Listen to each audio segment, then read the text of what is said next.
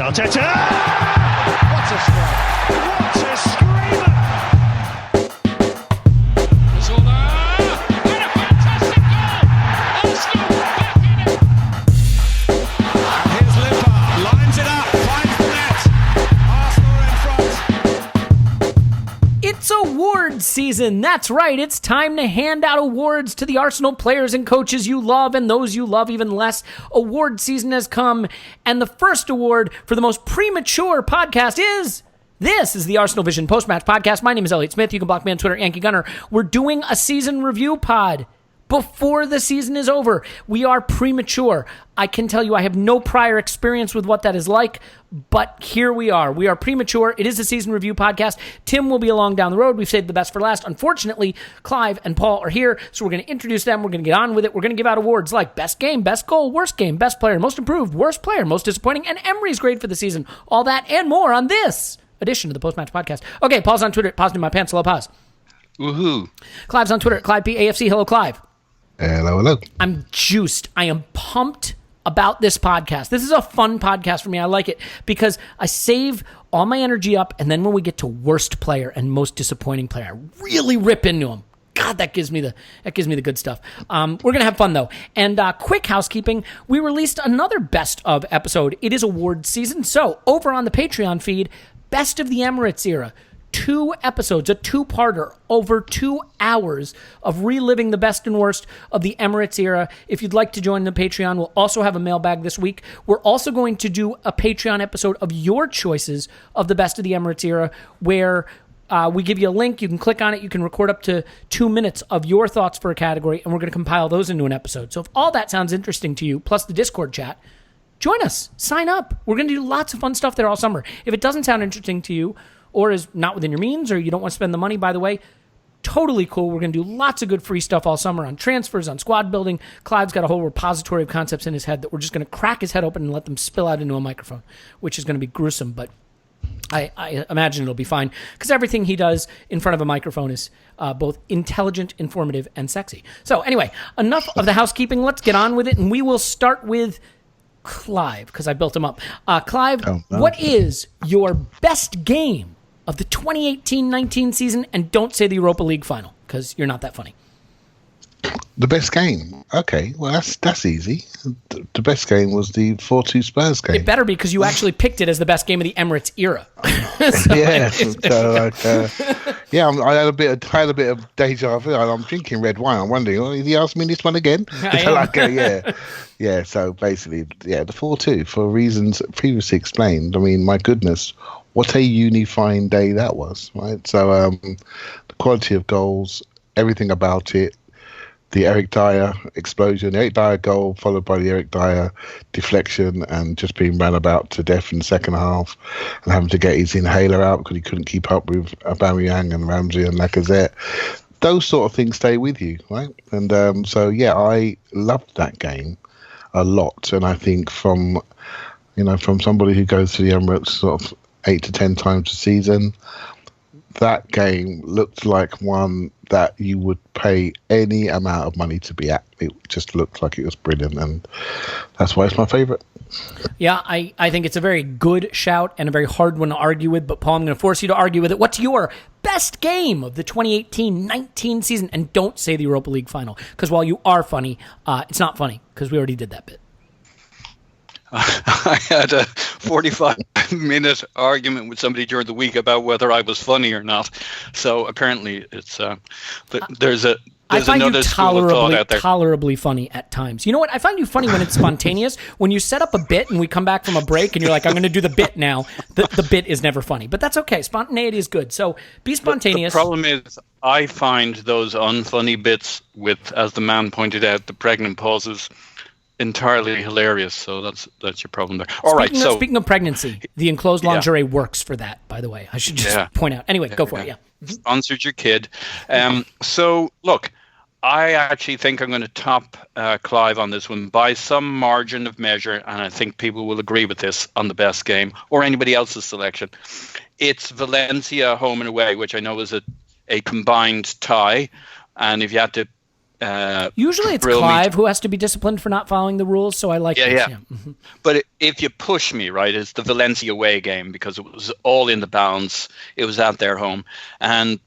But, I mean, you got to take those games as a bookends to a tie. And, you know, we go down a goal in the first match within 10 minutes at home. And, like, we all shit ourselves. And we scored 3 good goals, and then we go away to Valencia, and it's a performance de resistance. I don't know if that's a thing.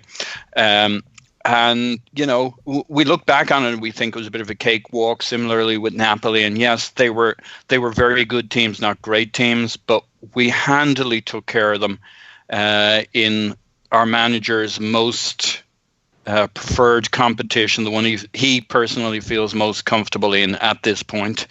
And you can do nothing but give him 10 out of 10 for the Napoli and the Valencia ties, culminating in that Valencia game that has us set up for our best game of the season in a week and a half. Yeah, I think that's a good shout as well. I think so. Obviously, I have to pick one, and I've got to pick one that hasn't been picked, and you know that because that's how we do this. I think I will go ahead and pick the. Oh, it's a tough one. I'm going to say the win at home to Chelsea. I thought we were just superior to them in all phases of play, and it came at a time when things were going pretty much in the wrong direction, starting to go sideways on the season. And I think what helped Emery a lot this season is that right at the point where things started to get low, we had a result that kind of turned the tide a little bit. And I think the home win to Chelsea was one of those. I also am picking it, hoping it to be a harbinger of things to come, candidly. I can't deny it. I think we've matched up well with them. And, you know, I thought it was a game where we played our football and we played it well, you know, whatever that means. So ultimately, I thought that was a really good game. You know, the one thing you have to say for the Emery era, whatever there is to say about the downside of it, there are a lot of big games you could choose. I thought the home draw to Liverpool was really encouraging, right? There are the victory over Spurs, the victory over Chelsea, the victory over United, the victories over Napoli and Valencia. There were big games that went well. And when you're trying to pick a best game of the season, your thoughts immediately turn to the big games. I remember doing these podcasts after some of the Arsenal seasons, and your best game would be like when we thumped, you know, a promoted team or something. So, you know, this is better. Let's get to best goal. Paul, I'll rotate it back over to you. What was your best goal of the season?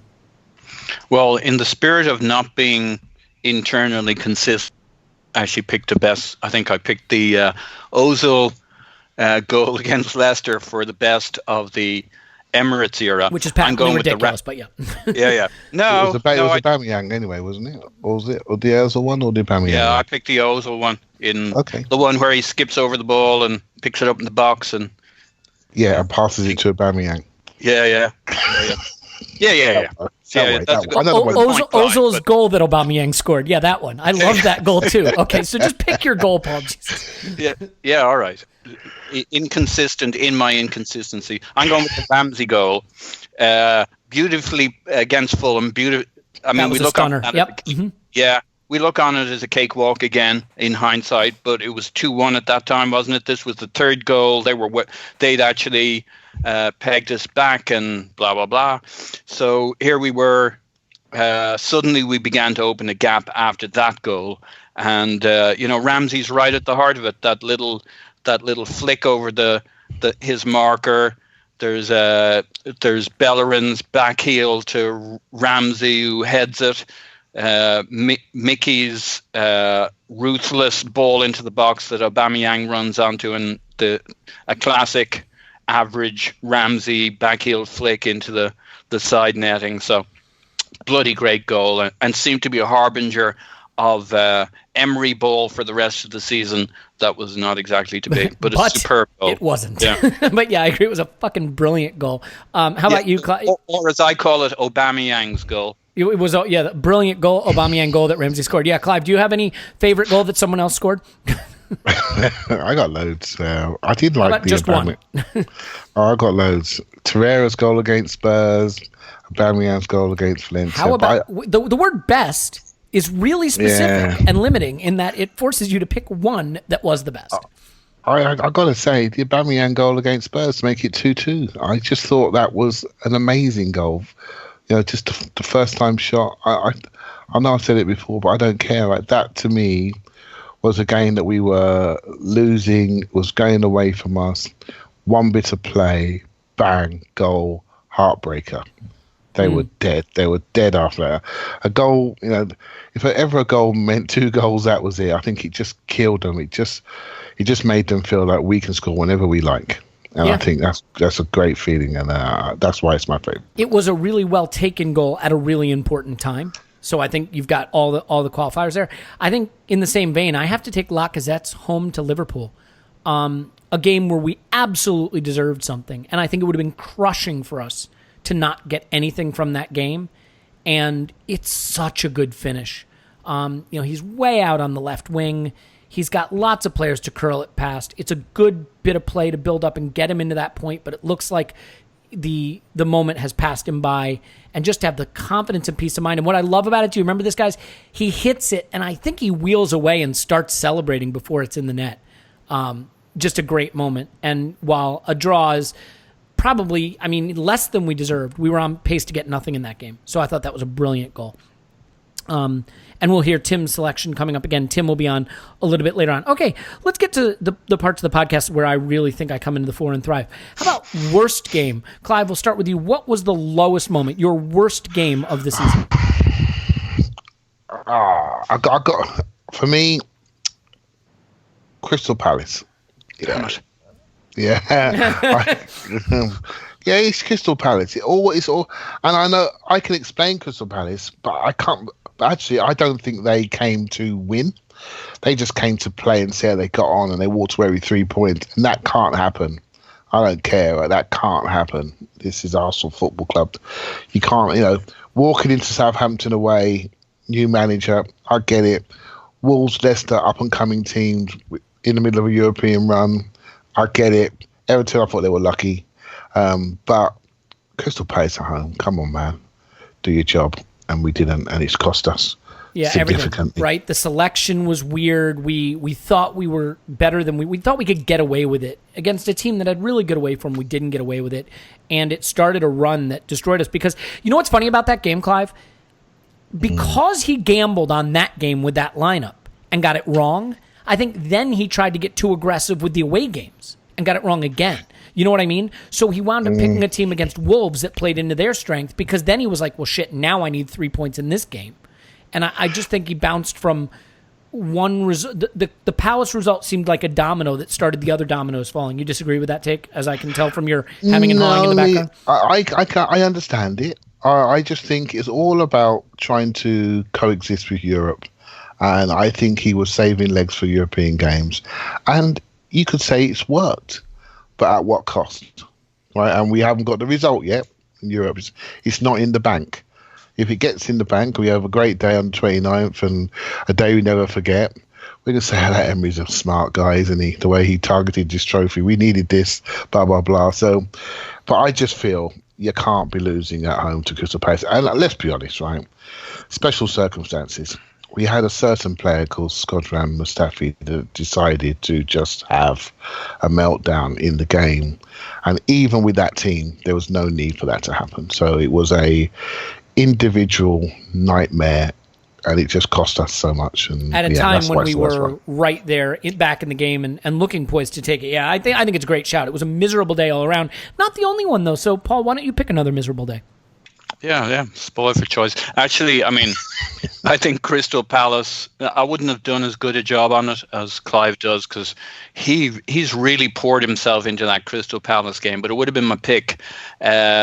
So looking for consequential games we screwed up, I'd probably go with the Everton game, because we were just so poor, such a non-show. I think and it was a time at which everybody fancied us to get something out of that game. Well, it was off the run where we'd beaten United away or something, and drew at Wembley and should have won that. So we were like, we figured out a way. We figured it out, and then what do you know? We haven't figured it out. And we gave it back again. And we've done this throughout the season. We learned to play from the back, and we give that back straight away. We learned to press up front, and we decided we don't. We learned to play as a team, and then the next time you're looking at the most average bunch of 11 players ever, and you're like, well, which is it? And the reality is it's both at the moment. I think Everton was kind of, in some ways, it was the start of the rot for the run in. I mean, you can pick multiple games, but at that stage, you know, our fate was definitely in our hands. All we had to do was string the results together, even if we didn't know the future. And that was true in the Crystal Palace game. That was probably the last time it was completely true. But actually, if we'd won one or two other games after that, we still could have had our own fate. But Everton was where you saw, against a team who played with some energy at home, a lesser team, where we didn't come to combat the energy like we said we did away at Spurs. We don't seem to have a solution for a high energy team, middle table, unless we treat it like an absolute freaking war and derby and we come at them. And I think that's why we got beat at Everton. Their energy was higher than ours. And we tried to manage that game, and we got effectively stuffed. I mean, the scoreline didn't really do it justice. 1-0. Yeah. Yep. No, it was, you know, for me, it's a terrible memory too, because I was in New York. I got to go to the Blind Pig. I was with Arsta Mouse and Dave, Tim from Arsta Mouse and Dave from the Arsta Mouse podcast, and we were together, and Matt Giant Gooner was there, and there were all these people there. You probably loved that result then, the three of you. That was perfect. Well, yeah, it was on brand, but we didn't pod after it. So the funny thing is, we had it in mind we were going to pod after the game, and it really was so fucking boring and miserable we didn't bother. But you're there to have a drink, and you're with friends, and you're like, all right, I've made an occasion of this game, and everything in the Arsenal season's heading in the right direction. And it was not just a loss, but it was dull as shit. There was just nothing to get your blood pumping. I'm going to pick. So do you like my pick then? I love your pick, but I'm going to pick recency bias. It's the Brighton game for me, because at the point that game kicked off, the way everything was breaking for us around us, with all of our rivals for top four falling apart, including Spurs, I was like, I can't fucking believe this. We're getting a get out of jail free card, and we're going to fucking finish above Spurs. We're going to actually do it. We're going to finish in the top four, and we're going to finish above Spurs, and this is incredible. And we're going to go out, and we're going to paste Brighton, and somehow we're going to walk away from this season and say, how the hell did we do that? I was already trying to figure out which kind of anti-Emery tweets I was going to have to delete at full time and after the season ended. And alas, never came to be, because we did not beat Brighton at home. And it's everything on display, right? We get the early goal. We think it's going to be a stroll. We take our foot off the gas. We half-ass the game.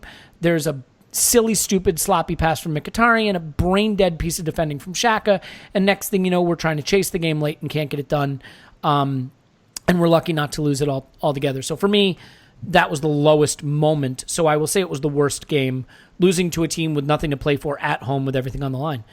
But let's get upbeat again. Let's turn it around. Let's turn that frown upside down, as they say, in places where people get their asses kicked, and go with best player.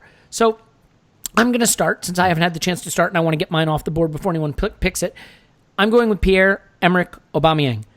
Are you? Our leading really scorer. shocked. I know it's shocking that the guy who scored 31 goals and tied for the Golden Boot in the Premier League is my player of the season. He will be remembered for big misses. But scoring goals is hard, and he scores a lot of them. And he is, in terms of XG per 90, the expected goals per 90, he's one of, I think, the top 5 players in all of Europe. Number 1 in the Premier League, ahead of every player who played any real minutes, ahead of Sergio Aguero. He missed some big chances, and he missed some big chances that cost us. Without his goals, we are the sum total of fucking nowhere. And without his goals, we're definitely not in the Europa League final. If you're trying to point to a way that we improved over Arsene Wenger's season last season, the only place you could point to it really is to say, well, we're in the Europa League final, we didn't make it last season. Well, not only did we play Atletico Madrid in the semifinal last season, which is a harder game, we didn't have Aubameyang in the Europa League. He and Lacazette combined for 7 goals in that Valencia tie. Aubameyang basically pulled us through the Napoli and Valencia ties, and his goals are the only reason we achieved really anything. The misses are bad, but at the same time, the goals he scores count too, and they count a lot. So while I get the frustration with his misses, you have every right to say I'm frustrated by what he missed, but you cannot use that to say that what he did wasn't impressive. We've been crying out for a guy to be a candidate to lead the league in goal scoring. And since he's walked into the team, he's done exactly that. Had a stunning half season last season and a brilliant season this season. The misses are painful, but the goals are impressive. And I think he doesn't get enough credit for his off-the-ball work, his pressing. I think he's a better presser than people realize. He created the goal for Lacazette. Was it against Valencia, the second goal, with his pressing and recovery of the ball in the first leg? Mm-hmm. So, I mean, I just think he does so much good work. And not to mention, by the way, he did a lot of this out on the wing early in the season where he wasn't really getting the XG. He started the season with stats that were lower than what we're used to from him as a player when he was on the wing more, before he got to play more as a second striker with Lacazette. And, you know... So, Elliot. Yeah. Can I ask you a question? Please. I sometimes feel as though when you talk about Aubameyang, you feel as though you have to defend him. I do. I just. Why do you feel you have to defend him? Because to me, he's a world-class player. And you know what? Maybe this is where social media is a little misleading. I just wind up with a lot of people that I see on social media, either at me or on the timeline, that are like, he misses too many and he doesn't get involved in the game. Lacazette's way better than him. And like, you can love Lacazette. Why do Clive and I have to pay for that? That's true. Well, literally everybody Paul right now is paying for it. Paul has a line. He has a catchphrase for those people. Yeah, fuck them. Touche. But well, because let's be honest, right? Just look at the club, and he has become almost representative of us. And you go around Europe and ask people to name 3 Arsenal players. I guarantee you, he'll be one of them. Well, so I don't get it. And let me say this: if you like Lacazette more, I think that is a perfectly reasonable answer, and I think one of the two of you will get the shot to say that. But I don't think it is reasonable to say that Aubameyang is not absolutely world class. And the other thing I'll say to his credit is, he could have come into this club and wanted to show up Lacazette, or wanted to be the big dog, or spent this season, being moody or brooding when he wasn't started, or thinking he should start over Lacazette or whatever. The friendship they have struck up is the reason this works. And I think it shows the humility and selflessness of both players. Maybe too much to some extent, but I think that has really been an influential part of our season. So for his willingness to be selfless with his co-striking partner, that's not English, but go with me, for the goals he scored, for the big goals he scored against Spurs, he scored against United, he scored against Napoli, scored against Valencia. So yeah, he's my player of the season, in case that wasn't clear. And I have somehow managed to take my praise of Aubameyang and make it somehow sound negative, like I'm fending off criticism that maybe doesn't exist. You know what? Just call me Don Quixote. If you need me, I'll be tilting windmills off in a field somewhere. Clive, save me. Pick your player of the season, please. Okay. Well, I was going to say Aubameyang, but I don't think I could follow that. Please don't. Let me guess, Mesut Ozil? No, he's not mine, actually. Mm-hmm. I think, we knew about Aubameyang, and actually I think he's improving. Lacazette is improving. But a player for me that came in that gave us something that we haven't seen for a long time, which is competitiveness in centre midfield, and a different way of playing from the Arsene Wenger player. And that's Torreira for me, only because I think he's slightly different to what we've seen in previous years at the club. He's a higher quality Coquelin and Flamini, and I think he's a player with a huge upside. And for a first year as a 21, 22-year-old in the league, I think he's had a great impact. And only tiredness took him out. And hopefully we'll see him in the final really finish the season off very well, because I believe he has an ability that is really elite at what he does. He can really control space. He can really sneak the ball off people. He can really drive through people. And I think he can be deployed in different ways. He can protect the defence, but he can also play higher up. I think as he settles into the league, I think he could be excellent. I don't see him as a long-term Arsenal player, funny enough, but while he's here, his skill set is really needed in our club, and I think he's been transformative in the area of the pitch that we still haven't solved.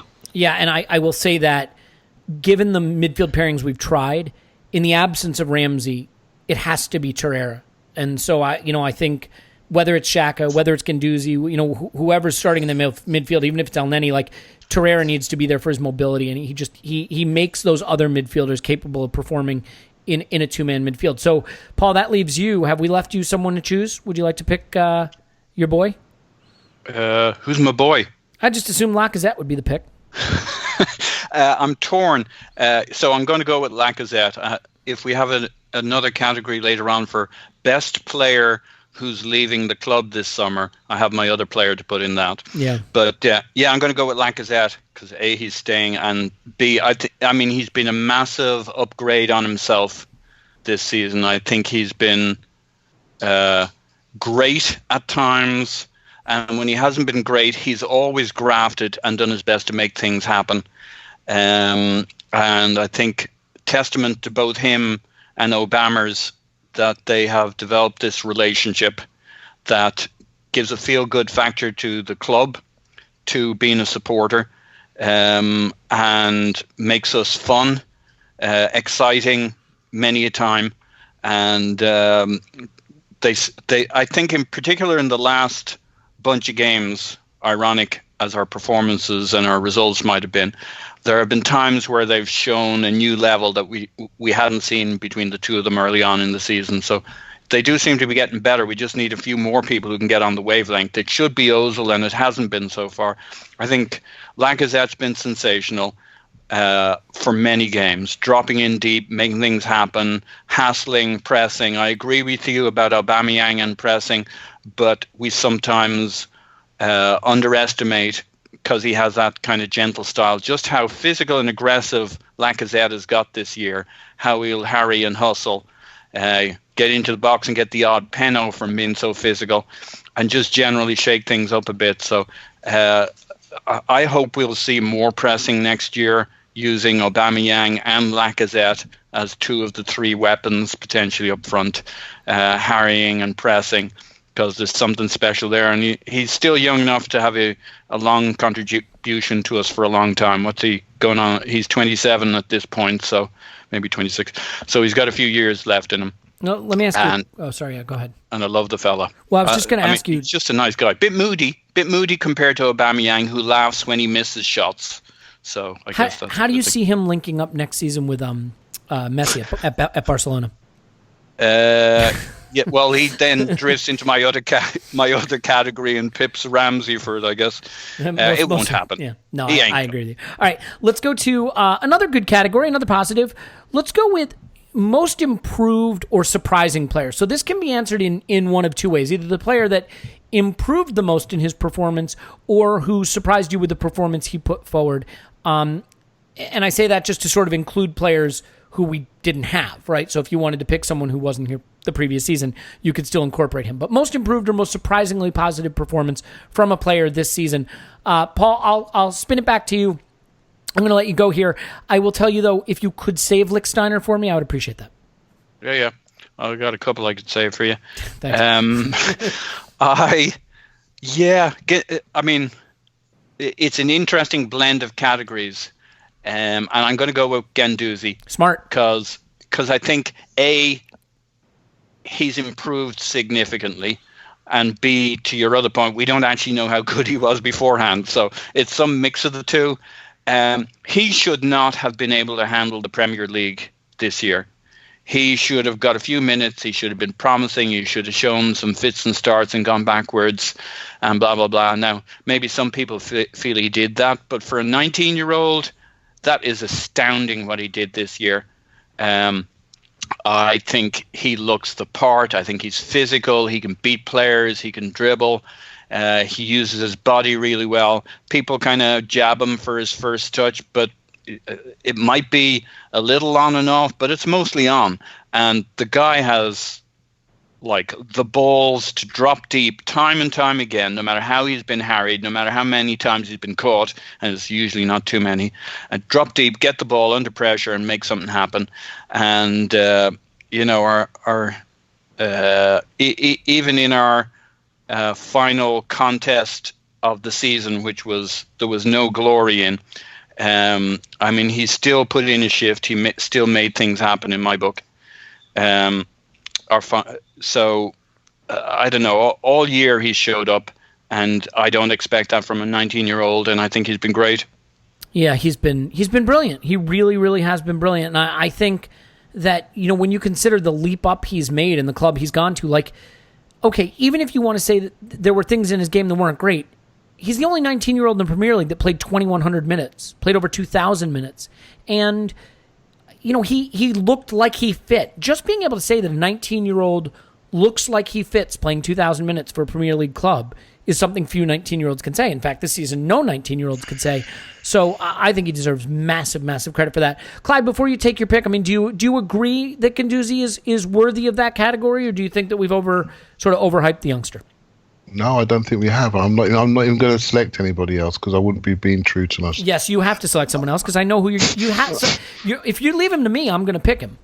Well, you can pick him, right? You're not going to pick Maitland-Niles? Well, Maitland-Niles we knew about, and I've always been a fan. But he could be most improved.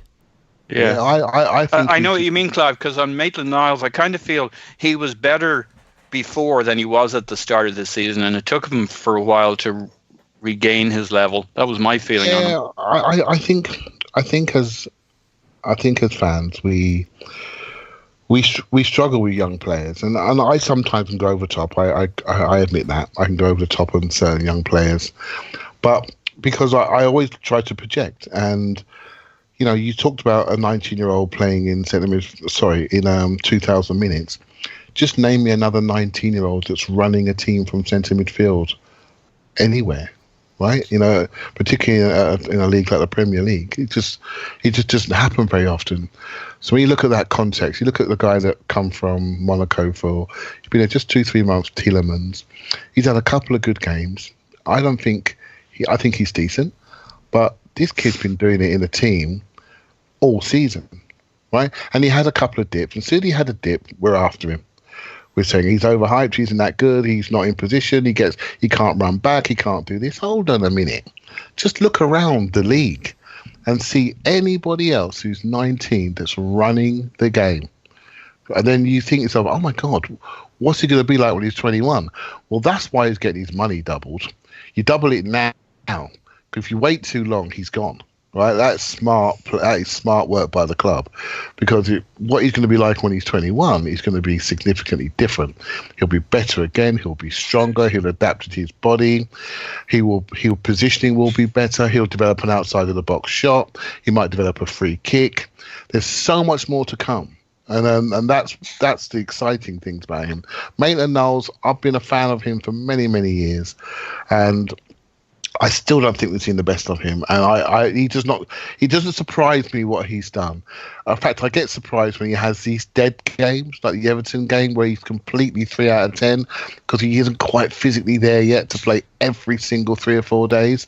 So that's his development. But yeah, he's a very good player, and I do feel that eventually, once he moves inside, particularly on the right side of a diamond, we could see something very special indeed. And if he can develop some of the personality that Guendouzi's had, wow, that's 2 young players that are going to be very, very good. With Torreira, who knows? We start to get a bit of a modern 2-way midfield. Yeah, and I'll say this about Guendouzi. I mean, look, there are certain games that make you sit up and take notice of a player. Sometimes they're flashes in the pan. Sometimes they're signs of what's to come. With Jack Wilshere, it was the famous Barcelona game. I mean, we lost to Man City away, but Guendouzi was our best player on the pitch. And he looked like he belonged on the pitch with those players that are now being called, too good for the league. And obviously, all the problems surrounding City. But so watching him that day, I said, there's a special player in there, and it's our job to unlock it and commit to it and nurture it. And obviously I'm very nurturing. Hopefully the rest of the Arsenal fan base will be too, and he can be with us for a long time. My most improved then. So yeah, go ahead. I was just going to say, any young player, you must allow them to fail now and again. Yeah. That you must have an environment where they can fail and come back. And there are times when, myself included, sometimes I lose it. There are times when a player has a bad game, has a dip. It doesn't mean they're a bad player. Think about their high moments and think about how much higher they can get to. Are they making the same errors consistently? Are they just tired? Do they need to be taken out? I thought the manager's done quite well with Guendouzi this year. He's took him out towards the latter part of the season, and he's coming back fresh. And potentially, you never know, he could have a role to play in that final, because we're lacking a player. We're lacking a midfielder with Ramsey not being there, and Mkhitaryan maybe not allowed to be there, and Ozil's, so who knows what's going to happen there. So it just depends on what his streaming Fortnite schedule is. I'm just kidding. Yeah. I'm just kidding. I'm just kidding. Okay. He's going to play a role in the final, isn't he? right? So, Yes. and that's significant, and that's a major statement. So, yeah, I'm a big fan. Yep. I'm going to pick. So we did this as most improved or sort of most impressed by their performance. Surprisingly impressed, by their performance. I'm going to pick Leno. I was going to say you're going to pick Leno. I am going to pick Leno. I did pick Leno. You should have said it. You would have looked prophetic, but now you just look like you're smart after the fact. Pathetic. Yeah, pathetic instead of prophetic. Yeah, I mean, look, this is a guy who the stats people hated, and admittedly, stats on goalkeepers are sort of in their infancy. We were told that he had big ricks in him, that he was a guy who made big mistakes. The fact of the matter is that Emery kept him out early. He stuck with Czech, and then when he put Leno in, basically from the time he went with him through to the end of the season, with one exception, he was brilliant. He picked a bad day to have a bad game. What was the bad game? He had it just recently where he was kind of weak on a couple of goals. It's escaping me. But essentially, he's been solid. His distribution was great. He allowed us to build play from the back. We haven't had a goalkeeper to allow us to do that in a long time. He made some unbelievable saves that kept us in games. During the run where we outperformed XG, where we went on the long unbeaten run, he was really up there as a major part of that run. And as the stats are improving on goalkeepers, I've been reading that he, I think, led the league maybe in terms of saves versus XG expected, like in terms of the expected goals that we should have conceded versus what we did with him in net. So a great season from an affordably acquired goalkeeper. When you look at what Kepa cost, when you look at what Allison cost, when you look at what Ederson cost, for us to get Leno, and if he can be this good on a continuing basis or even improve, because he's still relatively young by goalkeeping standards, then I think we really hit the jackpot. And it's a great acquisition. And for a club that has had so much uncertainty surrounding goalkeeping, Czech never really fully settled, sort of an interim bridge type player. Szczesny should have been the future, but we all know what happened there. Almunia was hot garbage. Fabianski, while we had him, was hot garbage. We had Vito Minone. Who could ever forget that? It has not been a strong suit for the club since probably David Seaman. I don't know that Lehmann was even ever super reliable. If we have a great future keeper, that would be wonderful. Now we just need a backup keeper. Anyway, moving on. Let's go to two negative categories before we get to the gaffer. So these are two different categories. And Clive, I'm going to start with you. The category I'm going to give you is worst Arsenal player this season. Not to be confused with the Arsenal player that disappointed you the most. We'll do that one next. But this is just the guy who was dog shit terrible. Like the worst Arsenal player. The player who pulled on an Arsenal shirt this season that made you want to crawl into a hole and never watch football again.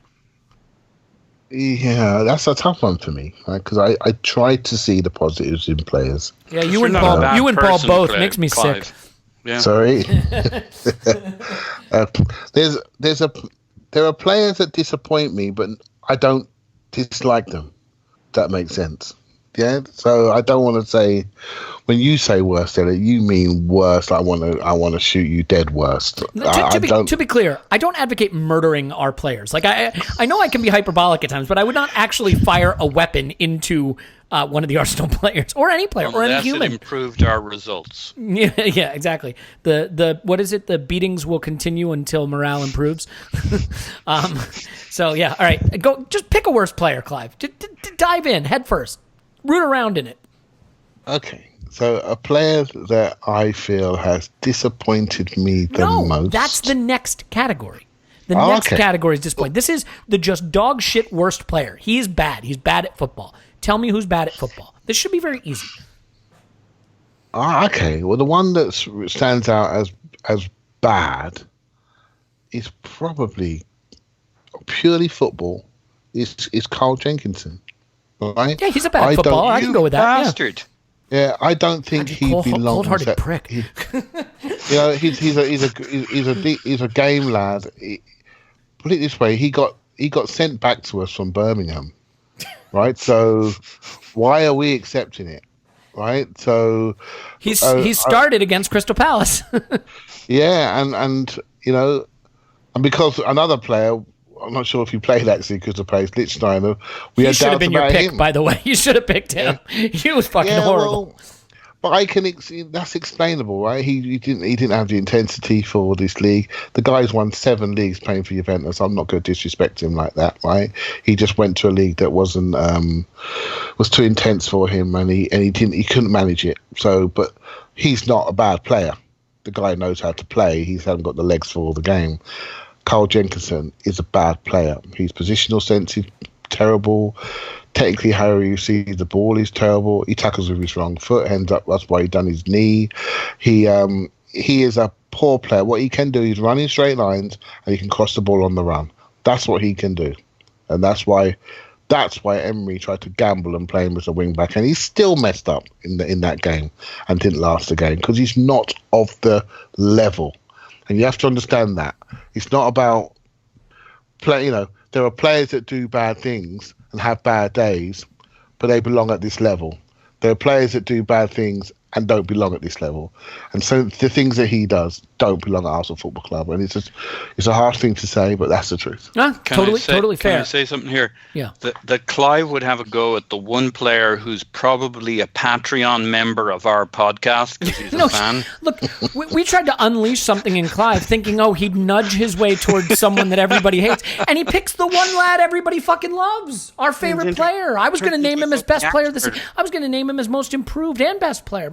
Clive. That's just Clive for you. All right. Well, Paul, why don't you pick a worst player? This is Clive. I thought you would struggle most with this category. My worst player. See, I think it's harsh on Licky. He doesn't have the legs, but I think he's an okay player. But there's not a reason why. It's just who is the worst. Yeah. I'm going to go with Mustafi. Ding, ding. Because he's been the most costly at times. Yeah. And now you know all the reasons why I would defend him, and probably 2 games out of 3, maybe 3 games out of 4, he's okay. He's okay to pretty good, and some games he's very good. So this is very harsh. But if I think of somebody who really hurt me personally, after I'd backed him this year and made me look foolish. I don't know if that's still the category. I'm going to go with Mustafi because I do think for the money, what are the factors here? I could include a few. It has, when you see us with Socrates and Koscielny on a reasonable day, the great degree of calm you see in our defensive lineup versus Mustafi on a dodgy day just seems so much more chaotic and so expensive to the team. So I don't think he's actually a totally terrible player. I think there's a lot that's good about him, but he's awfully costly to us. Yeah, I don't think anyone could argue with that. And I mean, I guess theoretically he could fit into the next category, the most disappointing player, if you didn't want to say he's the worst. But I think having him in the worst makes me smile, and I'm glad he's there because he belongs there. I have to pick one, and you kind of took Mustafi's the one I wanted to pick. And that's the other reason I took it. Lichtsteiner is... I could be more gently extinguishing the life from him than you would. Yeah, that's fair. So I can't pile on. I mean, I could. I have a microphone. But I want to pick Lichtsteiner, but just to be different, I'm going to say Mohamed El Neni. I think this is a player we gave a contract extension to at a time when we were all like, yeah, serviceable squad player, sure. And I cannot think of a game he played in that had any meaning, and he didn't play much, where he wasn't a complete dumpster fire. Could not progress the ball, could not add anything to the way we built the play, didn't really track back particularly well, wasn't particularly helpful in possession, couldn't help. I mean, when he was on the pitch with Guendouzi was doing everything, and El Neni was just yielding all of the responsibility to the kid who's 19 years old. I mean, maybe it's harsh. I just feel we put the faith in him and giving him a new contract with the thought that he could be the kind of squad player that adds something when you have to rotate around, and he became a player that you just had to try not to use, and that's a problem. When you've just given a contract to a squad player who you now feel you cannot use, or the squad is in deep shit because he doesn't work in any of the formations you want to play, that's a problem. So for me, I'll pick El Neni. Let's go with most disappointing. Paul, rotate it back to you. So this one is more just the player who, based on what your expectations at the start of the season would have been, the way they performed dramatically under-exceeded. That's not a word. Underperformed your expectations. It's all right. I got this one. Take it away. But it's a two-way tie between Denis Suarez and Denis Suarez's groin. I mean, do you have some inside information from his partner? Well, he just that was part of the reason he wasn't playing for us. Apparently, look, he might actually be a very good player, but apparently we'll never fucking know. What a disaster of a transfer. I've a lot less trouble, as you know, with the profile of the player. And I know. I have the receipts on Twitter. and the projected skills that we ought to have seen. But in terms of disappointing, man, that was embarrassing to himself, to the club, to me more than anybody, I think. Especially. I have the receipts, as I mentioned. Yeah, no, I think that's a good shout because, I mean, at the end of the day, even if I didn't think he was what we needed, I had warmed to the idea that he could add something at a busy point of the season, and he added nothing. He had one minor, half-decent cameo against United, and then basically didn't play. So who knows? Clive, how about you? Who was your most disappointing player of the season? Disappointing. I will tell you that Tim already got this right in his segment, which is coming up later. Okay. Most disappointing player. It's I don't know. I don't think anyone's been significantly disappointing about the whole season. Mean, there's one that you can absolutely name, and Tim nailed it. Well, there's two, right? Okay, yeah. There's Pick the one. There's Granit Xhaka. That's a great shout. I love that shout. That is not what Tim picks. I'm not going to ruin the suspense. So why don't you give me that one? But that's only been a recent phenomenon in my mind because I'm somebody that has said he could easily be our captain next season, right?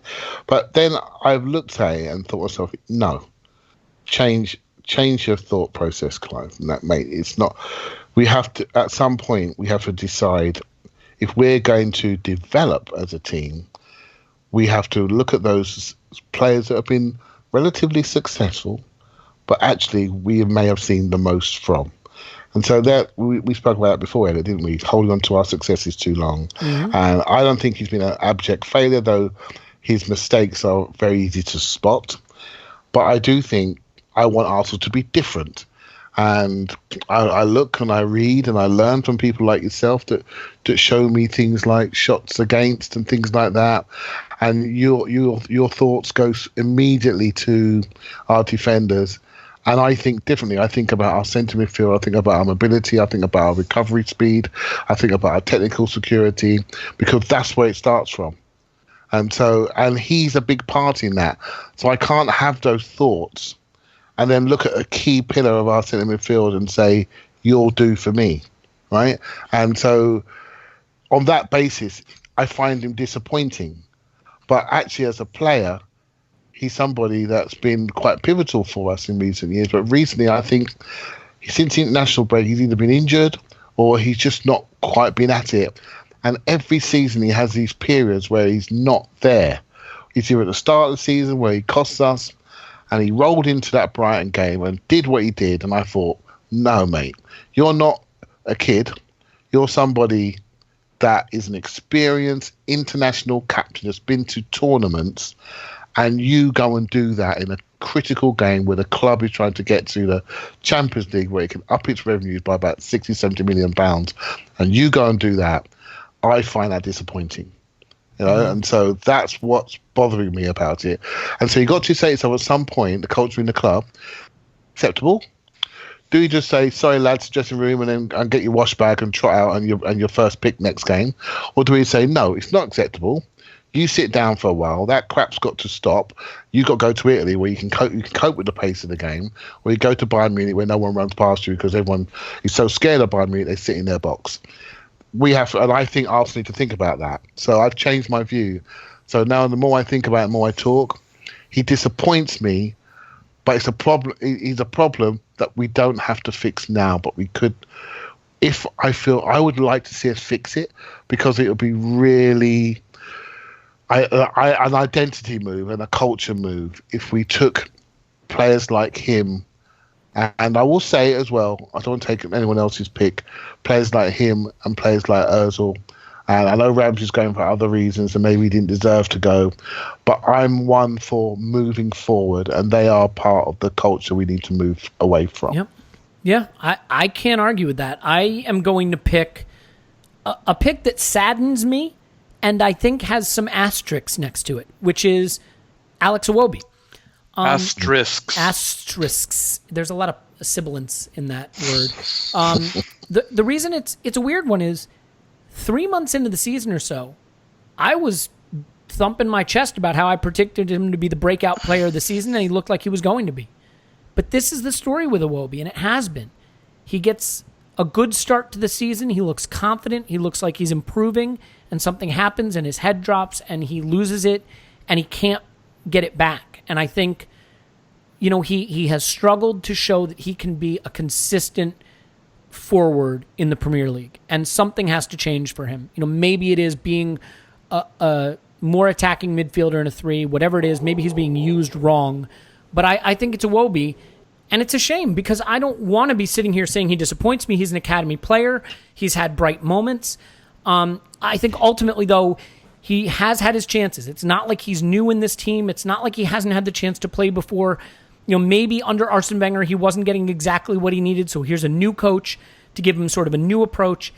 And I just don't think he was able to convert that into the kind of season that you'd hope from him. And ultimately, for me, and I realize there are people that are going to say his creative numbers are pretty good, yada, yada. Okay.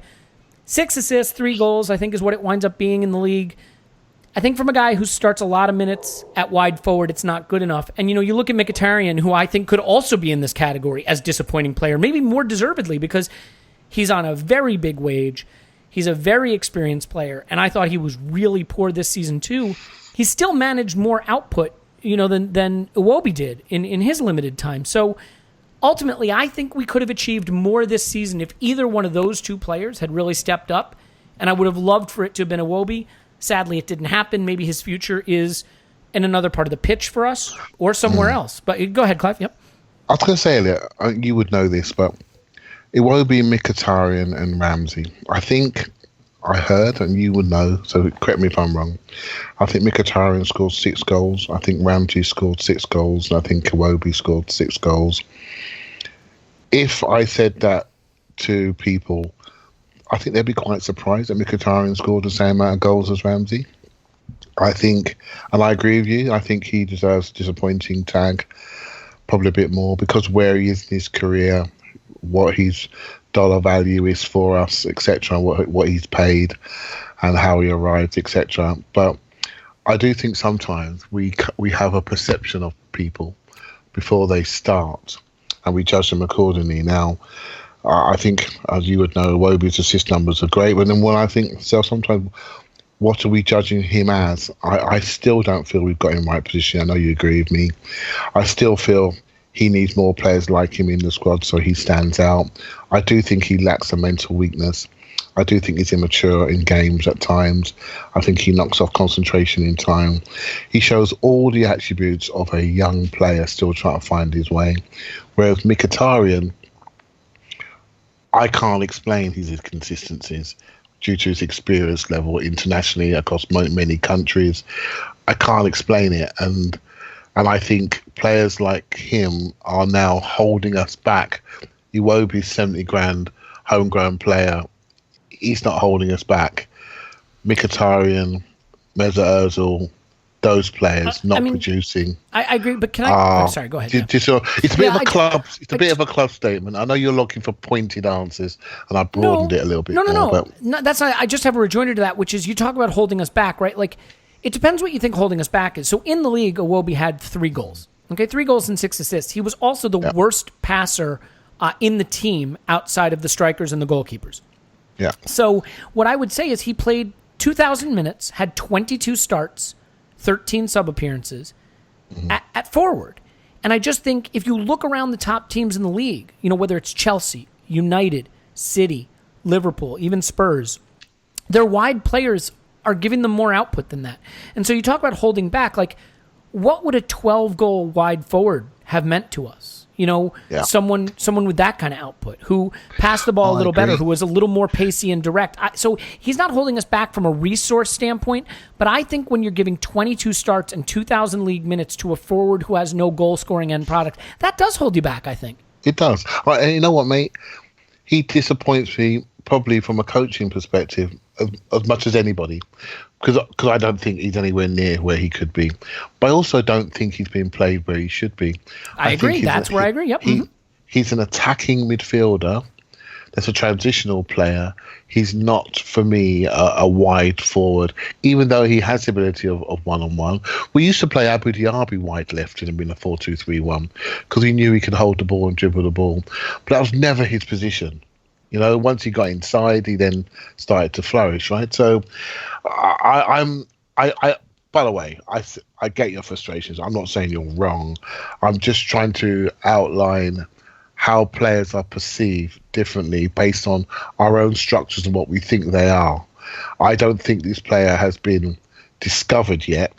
And I think once he is discovered, he either could be discovered at another club or he's going to have to leave, or we need to fix him positionally or make him a multi-positional player and judge him as such, right? So he's one that perplexes me, mate, to be honest. Really does. There's parts of him I just don't like attitude-wise, and I want to see him grasp the moment a lot more than he actually has done. So I totally understand why he frustrates you. Yeah, and again, it's not that I'm killing him. It's that I'm saying, like, he got a lot of starts in an important position where he didn't have the end product for it, and he started the season very brightly. You know, he has 3 goals. I believe those 3 goals were scored in, like, the first 2 months or something. You know, he got off to a good start, and he's a player who seems like a real confidence player, where when he misplaces a pass or a shot goes wrong, he drops his head. You physically see him react to when he doesn't get things right. And he's got to lift himself, and he's got to have the confidence. Emery was interviewed about him, and he basically said, I want him closer to goal. I want more goals and assists out of him. And he didn't get it. So now Emery has to decide if he thinks he can get that from him. Let's start to wrap up. We've got Tim's section coming up. I want to throw in a surprise category that isn't on the list, and I want it to be real punchy, real quick. So, Paul, what is your what-if moment of the season? The moment or thing that if you could change this thing, you think, you know, the whole season comes out differently? The sliding doors. Sliding doors moment of the season, exactly. Or thing, yeah, exactly. Let's go. Maybe Bellerin. That's a great choice. Yeah, because we became very flat for a while, you know. And when you combine it with the other players we lost around that time, it was kind of devastating. We lost Mkhitaryan soon after, so the whole right side went away, and it took us a while before we got Maitland-Niles. That's a lot of points in there. That's more than the 1 point we needed to tie it with Spurs by a long way. Now, maybe those other things would have happened, or maybe the other teams would have responded. But, you know, for a nice, easy one for me, you know, and maybe I'm brought to mind because there's the little video of Ozil knocking in goals in practice today, and I'm like, they're cool and everything. But like the camera pans, I'm like, holy fuck, screw all that shit. There's Hector Bellerin standing in the middle of the field with the ball at his feet with all the other players around him. Wonder if he might be available for the final. He won't, of course, but what if? Yeah. How about you, Clive? What if moment? I think Danny Welbeck's injury for me. You have been quite on about this season. I think you're right, though. I mean, what a difference he could have made, huh? Well, I think he's a significant player. You know, when teams go into the box and they let us have the wide areas and we do our little overload thing and we cross it and they just get rid of it because our 2 centre forwards they're not great in the air. They're good in the air in broken play, but they're not great in the air. No. Danny Welbeck gives us that physical presence that we missed when Drew was moved away. That's a big option. And if teams know we have him, they can't do that. They got to come out and get us in wide areas. They got to try and stop the cross. They try and stop the cross. We can slide into spaces. I also feel we all know we got our average defenders at the back. I know we lost Holding, and I think he's a promising player. I don't think he would have stopped the goals, as some people say. He wouldn't have been the absolute saviour. Bellerin was a very good player, and I can't wait to have him back. But we found another very good player. Just took us a while. That was the problem, yeah. It took us a while. It took us a little while to solidify. And I think, you know, not to take away Paul's pick, because I sort of think Bellerin brings a lot to this club. And I think, you know, we talk about captains for next year, and he could quite easily be that player. I don't think we'd have said that 2 years ago, right? So, but for me, our stars of our team are the 2 forwards. And I think we could have got more from those 2 forwards if they were allowed to rest on occasion. And if they had some even further offensive, powerful support that Welbeck could have offered, they'd have had more space to be more effective on the days when we need them to be. And I think that was, for me, I think that was the way, that was the issue, and we didn't replace him, and we've got lucky. Aubameyang and Lacazette have not been really injured significant periods of time. Can you imagine if one of them got seriously hurt?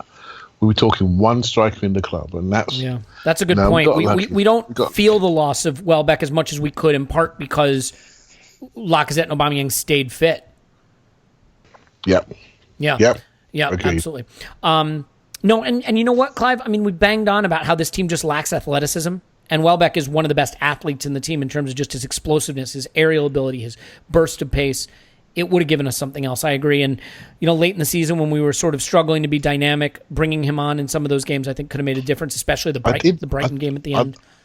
I was at work today, but I read something quickly that there was a behind closed doors game last week or early in the week, and he scored a hat-trick in it.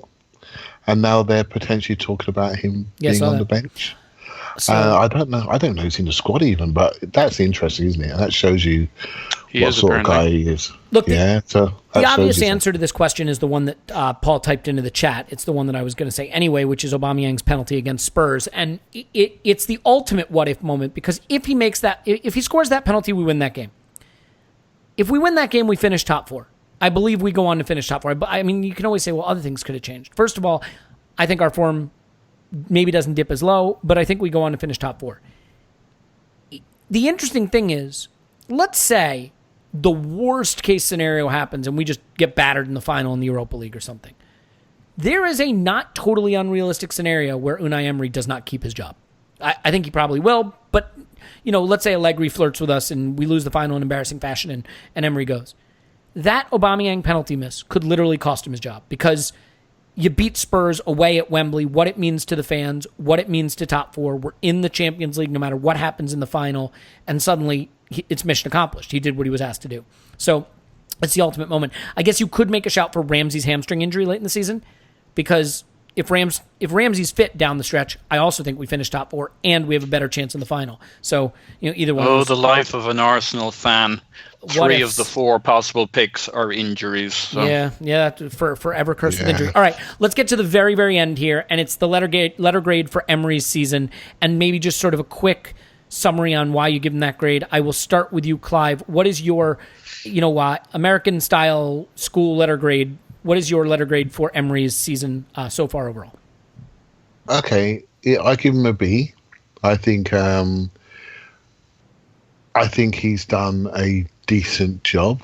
I think he has a very challenging work environment, and I think he's thrown himself into it and done a decent job. I was watching a review from Statman Dave actually on YouTube about Emery. It was a few months ago, and he was very, very positive about him. And it just shows you how things can change very quickly after a few results.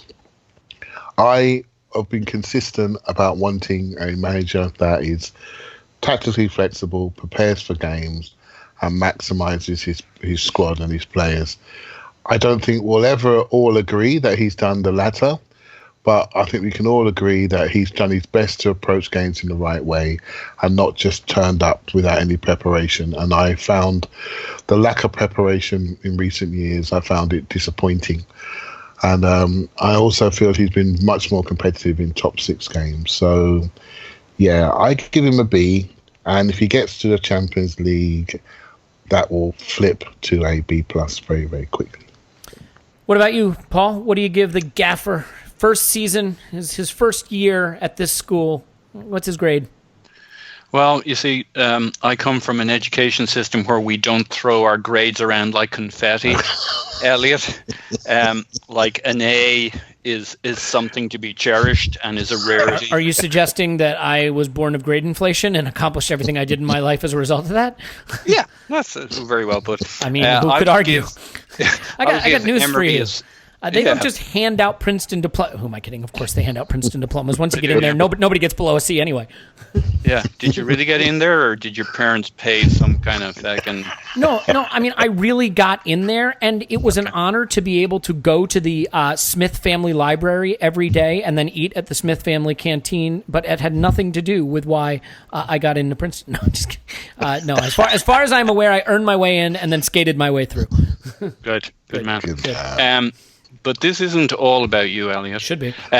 So I would go with a C for Emery, because we grade hard where I come from. I think it's totally indeterminate. There's some good stuff. There's some bad stuff. There's plenty of stuff left unresolved. The guy was always going to need a year, but that's easy to say at the start of the year. None of us can keep to the promise that we're not going to be overly critical, because you look at what happens in that year and you're like, there's more questions, more problems than answers. But he was left with a couple of landmines.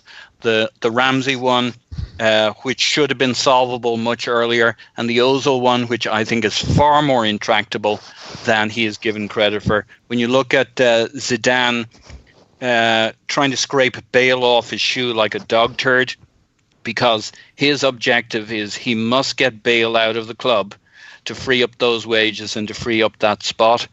And it's transparent to see what's going on there. And you look at the push we had with Ozil to get him to move during the January window. I think Emery, after some level of time in the first couple of months, got with Unai, got with Raul and the boys, and they made a decision that we couldn't afford him going forward, and that the way forward was to free him up and to push him out.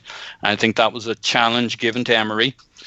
And after the January window closed and there was no blink side, blah, blah, blah. So I think that was the real handicap for him in moving the club forward.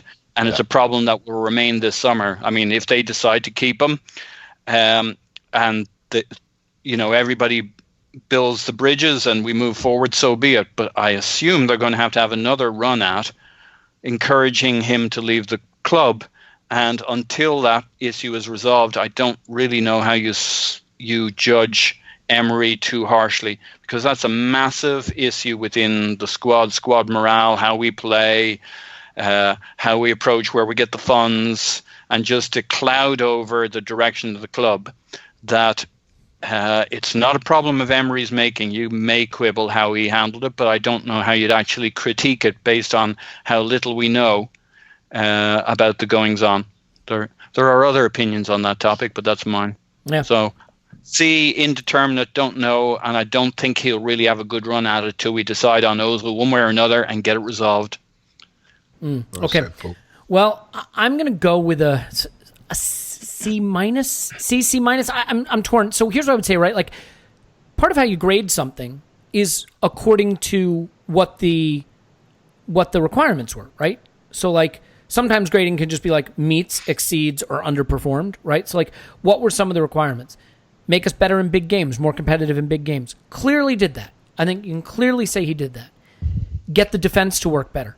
Did not do that. I think we can be very clear that for whatever the reason, and you can say, look, it might have been getting better when Holding was fit, and he lost Holding, and he lost Bellerin, and Lichtsteiner was a waste, and, he lost players that... Okay, at the end of the day, the defense was horrible. What about the attack? Fewer shots than we've ever taken. Our shot differential was poor. Our XG was poor. Like, we profile on XG difference like a mid-table team. We profile on shot difference like a mid-table team.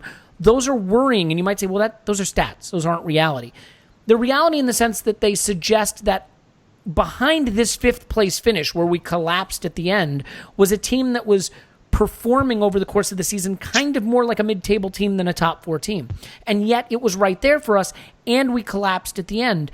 There were a lot of things in this season that just felt like they weren't any better than the worst-ever Arsene Wenger season, despite a better squad. Not a great squad, and certainly a flawed squad, but a better squad. And yet the big games were good. there were things that he did well. I think it is certainly true that the Ozil and Ramsey situations were complicated ones, and we may never know fully what was going on behind the scenes such that we can determine whether he handled it poorly or not. Did someone step in and tell him to bring Ozil back? Did he just give in and decide to? Did they actually have some kind of meeting of the minds that we don't know about? Why wasn't Ramsey playing? Was it a tactic to try to get him sold in January? We don't know any of this. So I can only judge on the results, the statistics, the trends, the things that got better or didn't get better. And you might say, well, with everything you just said, is that a D? Is it a fail? I think it's a C because of how we played in big games and because ultimately I think he came into a transitional season that we knew was going to be hard culturally. And I think to keep the team floating at or around competitive top 4 level is a credit. Obviously, winning the Europa League would matter. But I don't think that's what we hire a manager to do. I don't think anybody on this podcast or anyone I know who's an Arsenal fan would have said that Arsene Wenger should have stayed after our last FA Cup final victory. I think winning the FA Cups was wonderful, and yet we understood that Arsene Wenger had to be graded separate and apart from that. And so I think Emery has to be graded separate and apart from the Europa League, and we'll just see what happens there. But if he gets us into the Champions League, I think he will stay, and we'll see. Having said that, I would be fine with whatever the direction the club said. If they said he deserves another season, we're going to stick with him, of course I back him all the way. If Allegri or someone desirable is out there that made eyes at the club and the club decided to take the plunge, I wouldn't be heartbroken if they made that choice either. But having said that, of course, I am part of Unai's Red Army for the last game of the season, and when we win it and get in the Champions League, this podcast will be deleted from the RSS feed, so no problem. In any event, we're going to take a break, and we're going to come back with Tim's choices. So, Paul's on Twitter at Pause in My Pants. Thanks, Pause. Woohoo! Clive's on Twitter at Clive PAFC. Thanks, Clive. Lucky I was going to come for you there. No, you're not doing it. You're not doing it. So, hey, we're going to do stuff obviously for the Europa League final. We're going to do some squad building stuff with Clive that's going to be awesome. If you haven't checked out Best of the Emirates Era on the Patreon yet, do it. Stay with us. We got Tim coming up with his awards for the season right after this.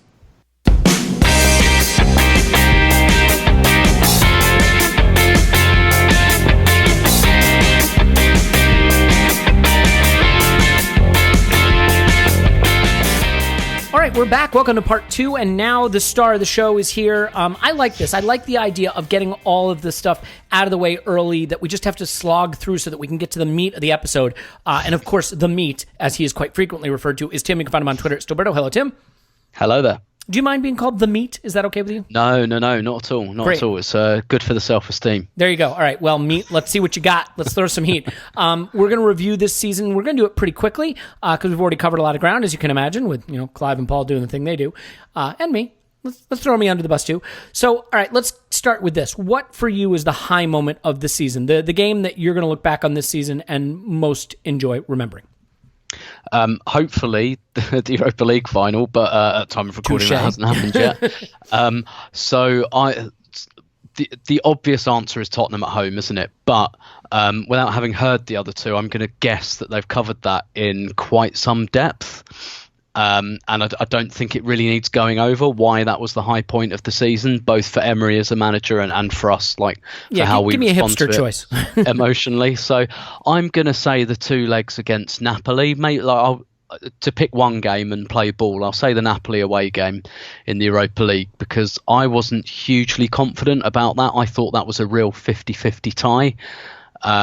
And Napoli are a really good team. I think we got them at the right time. We got them when their season was winding down, and I think the competitive edge had come off them a little bit. But I thought the way we played in that first leg was really fantastic. I know Napoli had a couple of chances, but I kind of think that's unavoidable against good opposition, and we had a couple more to kill it. I thought that was quite a good controlled performance and what was quite rare about it was that I followed what we were doing from the first minute to the last, which I don't think we've had that many performances like that this season, where there's just been an arc all the way through it, where you say, yeah, I know what we're up to here. And that was at the point of the season, I think, where we thought we'd found something with kind of Ramsey and Ozil in a 3-5-2. And then the away game as well, which I was, again, really pleasantly surprised with, because I thought we controlled it.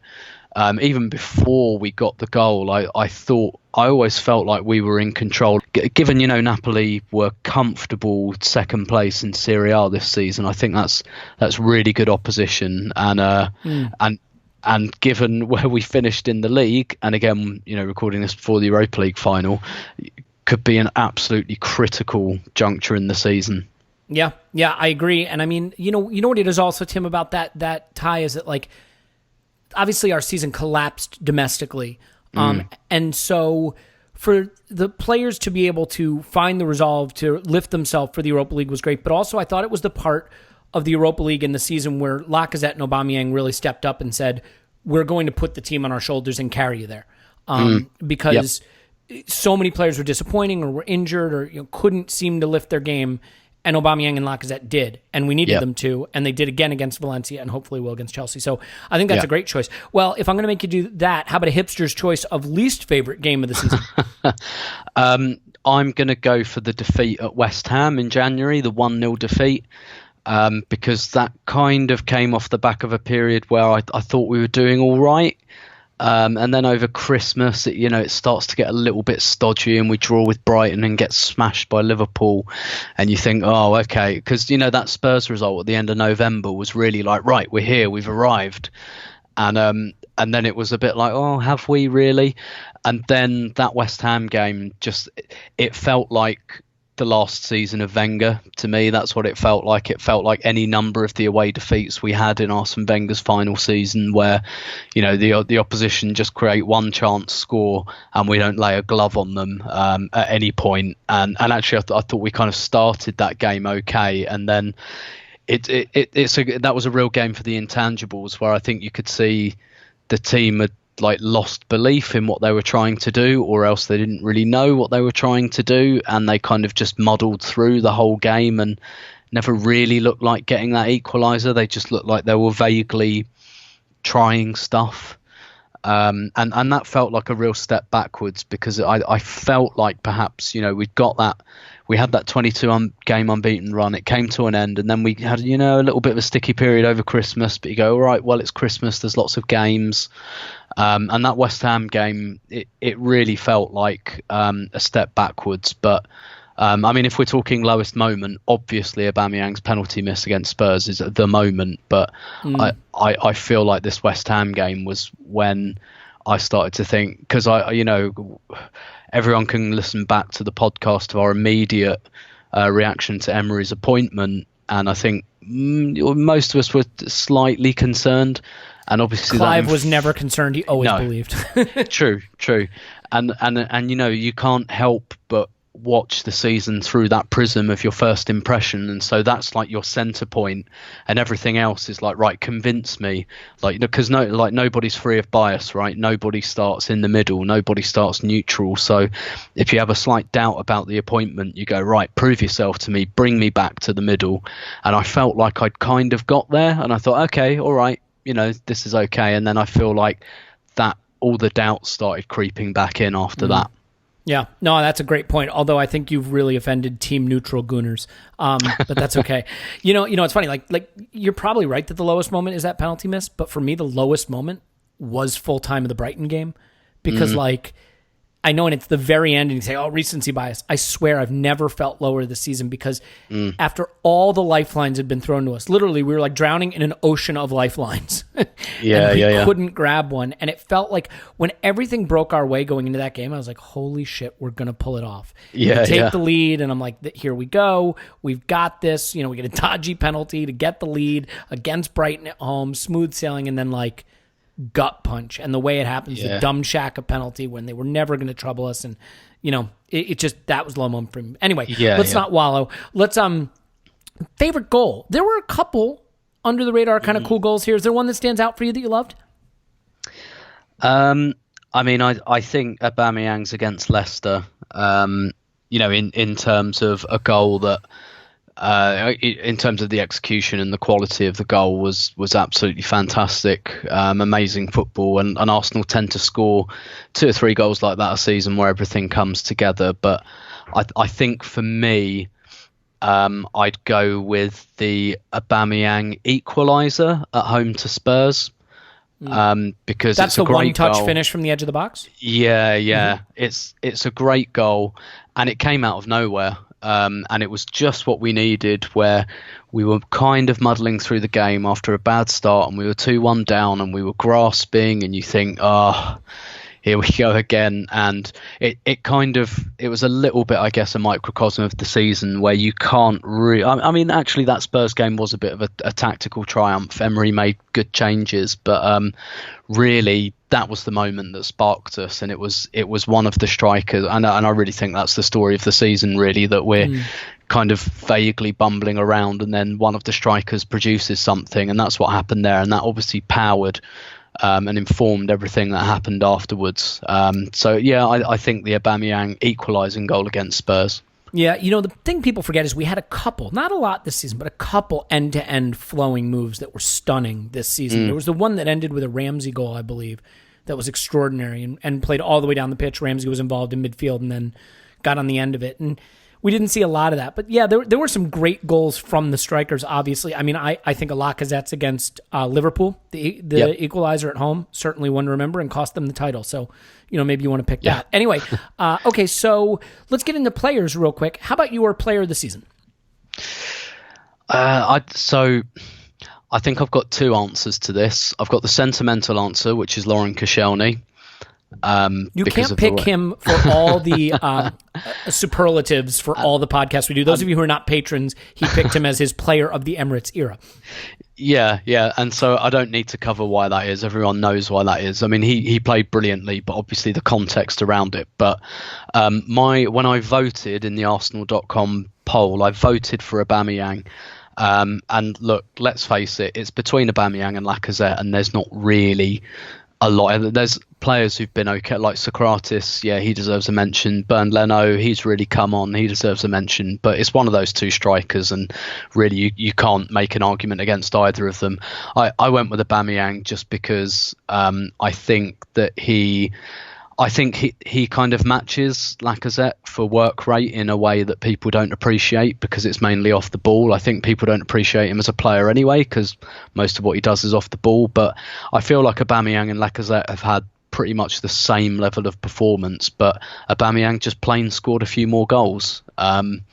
So there you go. You know what's funny, Tim? I feel like if Aubameyang scored 70 and missed 70 sitters, yeah, for some reason people will be like, well, screw the guy. He had all the misses. Like, the misses don't undo the goals. He still scored all those over 30 goals this season. And it's kind of weird as well that we had Giroud for so long, and everyone, rightly was kind of saying, but we need like a 30 goal a season striker, not like an 18 to 20, and we've got one, and everyone's a bit like, nah. He missed a few too many. And I do feel like, again, through recency bias, a bit of that's been corrected because he came through against Valencia. He powered through to the Golden Boot against Burnley. So, things are kind of hunky-dory with him again. And he went through that period where, having missed a penalty against Spurs, that colours people's opinion of him. But yeah, I just, and for him as well, just as a player, we always used to talk in England about like players coming from other leagues and needing time to adapt. And Aubameyang's just, he's like been scoring 25 to 30 goals in the Bundesliga for the last few years, comes to the Premier League, to a team that struggles to create, and frankly was a mess when he signed, and he just keeps doing it. And that to me is incredible. Can you imagine how many goals he'd score for Man City? Those tap-ins like that they provide for Raheem Sterling, he'd break 40 goals for City. I know everyone's sick to death of the XG stats, but his XG per 90 leads the league ahead of Aguero. Even in a kind of dysfunctional team that doesn't take a lot of shots, he was the number one in quality scoring chances per 90. Yep.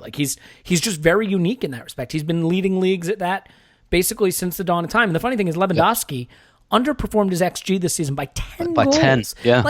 Imagine if he played for Arsenal, how much people would hate him. Yeah. It's just funny. So, all right, well, good choice. Let's do two more player categories before we wrap up. One is, how about most improved? The player that had the impact maybe you didn't expect this season in a positive way. So I would maybe, I was going to say Maitland-Niles, because and I think he really should have improved. He's getting a lot more first team game time. He's holding down the same position, but I think the answer to this one is Lacazette. When we signed him, I honestly thought we'd signed like a good, but not great striker. I still don't necessarily think he's a great striker, but he's really good. And actually, after he went, he was carrying that knee injury. It took him some time to settle, I think, again in a team that doesn't create many shots, and he's not a high volume shooter. And then Aubameyang comes in, and then he gets injured, and you think that I thought that was curtains for him at Arsenal. I think I might have said on this podcast I don't think he'll be here next year. So for him to come back and thrive on that partnership with Aubameyang, and to put in the performances he's putting in. I wrote about this last week about the whole 5 captains thing and why really, going forward, none of them are captains. Lacazette has pushed his way into that category with Aubameyang.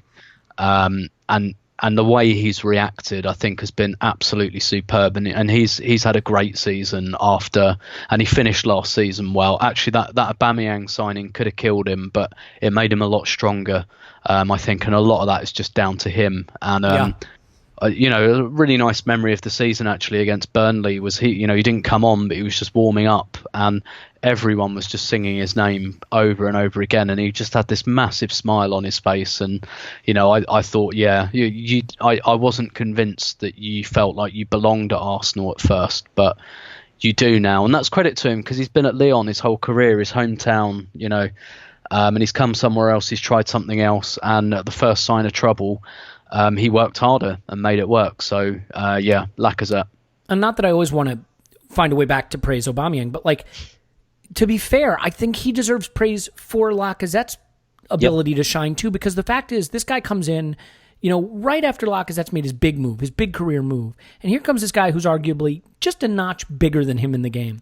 And instead of coming in and sort of prancing around the place like the superstar, he becomes instant fast friends with this guy to the point where they're giving each other penalties. Okay, maybe they almost take it too far, to be fair.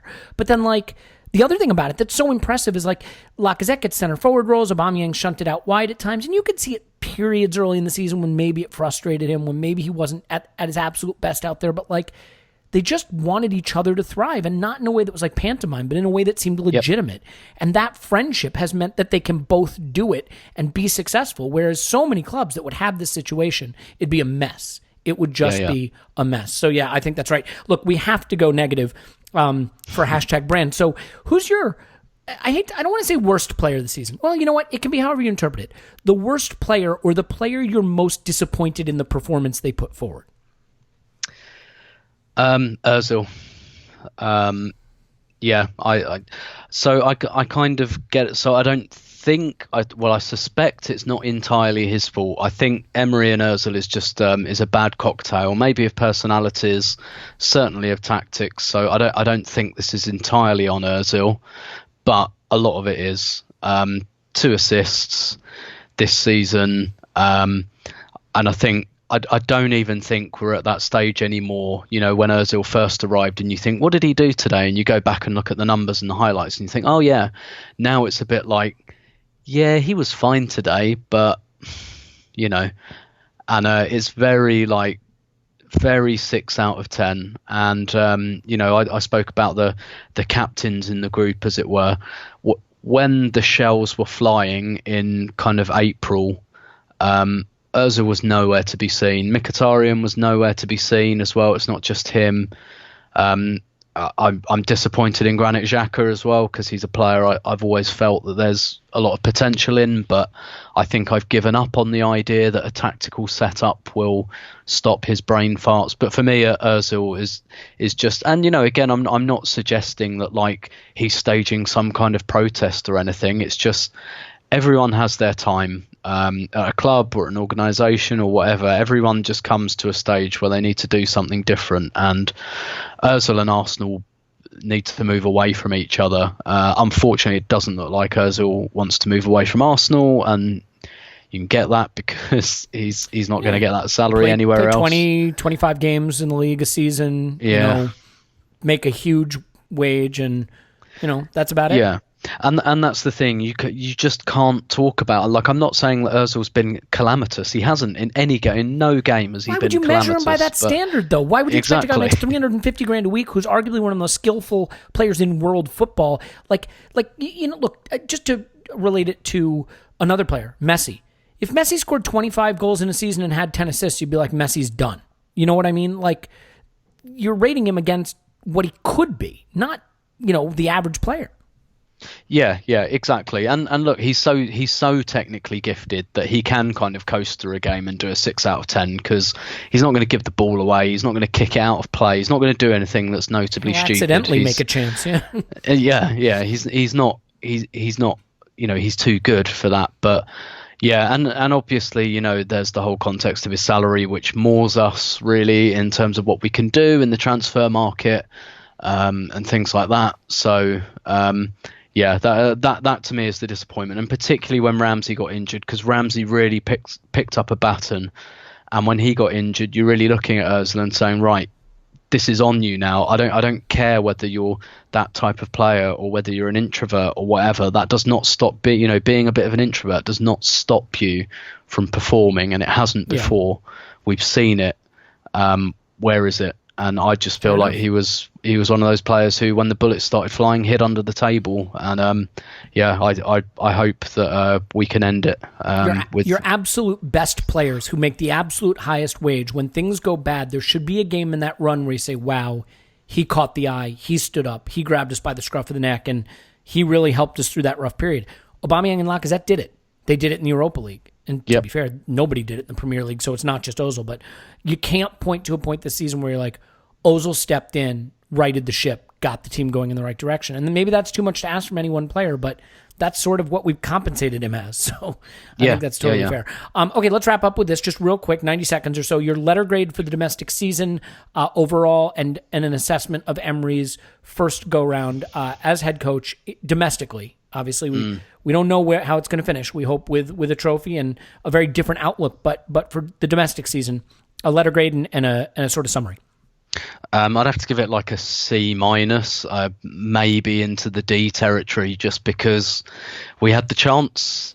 We had the chance to finish in the top 4, the top 3 even, and we completely blew it. And you just can't ignore that. You can't ignore the position that we were in, and that we put ourselves in. We had some big results like in February and March. And, we beat Chelsea, we beat United, we got like a draw away at Spurs that should have been a win. Like, we put ourselves into that position, and then, teams around us started crumbling, and, there's no need to rehash what happened in April. But, I feel so. I listened back today I know I've mentioned this before, to an interview I did with the Arsenal women manager, Joe Montemuro, and he's a manager who also likes to change tack according to the opposition. And some of the things he said really jumped out at me, where he was talking about how for the first 5 or 6 months he kept everything the same because he wanted buy-in.